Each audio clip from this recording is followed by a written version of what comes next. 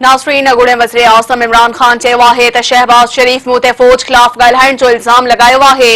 मीर जाफ़र ॿिए कंहिंखे न पर शहबाज़ शरीफ़ खे चवंदो आहियां, मुंहिंजे हुकूमती दौर में नरेंद्र मोदी खे पाक फ़ौज ख़िलाफ़ ॻाल्हाइण जी जुरत न थींदी हुई। हुननि जे हुकूमत में भारत 20 मीडिया हाउस ठाहे पाक फ़ौज खे निशानो बणायो।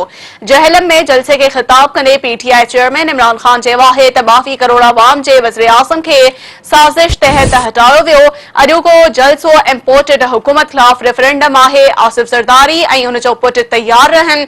जल्द सिंध अची रहियो आहियां। सिंध वासिन खे आसिफ ज़रदारी खां आज़ाद कराईंदसि। इमरान ख़ान चयो आहे त अयान अली खे उन अकाउंट मां पैसा वञी रहिया आहिनि जंहिं अकाउंट मां बिलावल खे पैसा वेंदा आहिनि। क़ौम पड़ेही साज़िश ऐं धमकियुनि खां डिॼण वारी नाहे।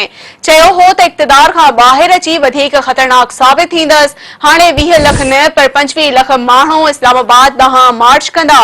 नाज़रीन, अव्हांखे ॿुधाईंदा हलूं त अॻूणे वज़ीर आज़म इमरान ख़ान चयो आहे त शहबाज़ शरीफ़ मूं ते फ़ौज ख़िलाफ़ ॻाल्हाइण जो इल्ज़ाम लगायो आहे। मीर जाफ़र ॿिए कंहिंखे न पर शहबाज़ शरीफ़ खे चवंदो आहियां, मुंहिंजे हुकूमती दौर में नरेंद्र मोदी खे पाक फ़ौज ख़िलाफ़ ॻाल्हाइण जी जुरत न थींदी हुई। हुननि जे हुकूमत में भारत 20 मीडिया हाउस ठाहे पाक फ़ौज खे निशानो बणायो। जहलम में जलसे खे ख़िताब कंदे पीटीआई चेयरमैन इमरान ख़ान चयो आहे त 22 करोड़ अवाम जे वज़ीर आज़म खे साज़िश तहत हटायो वियो। अॼोको जलसो इम्पोर्टेड हुकूमत ख़िलाफ़ रेफरेंडम आहे।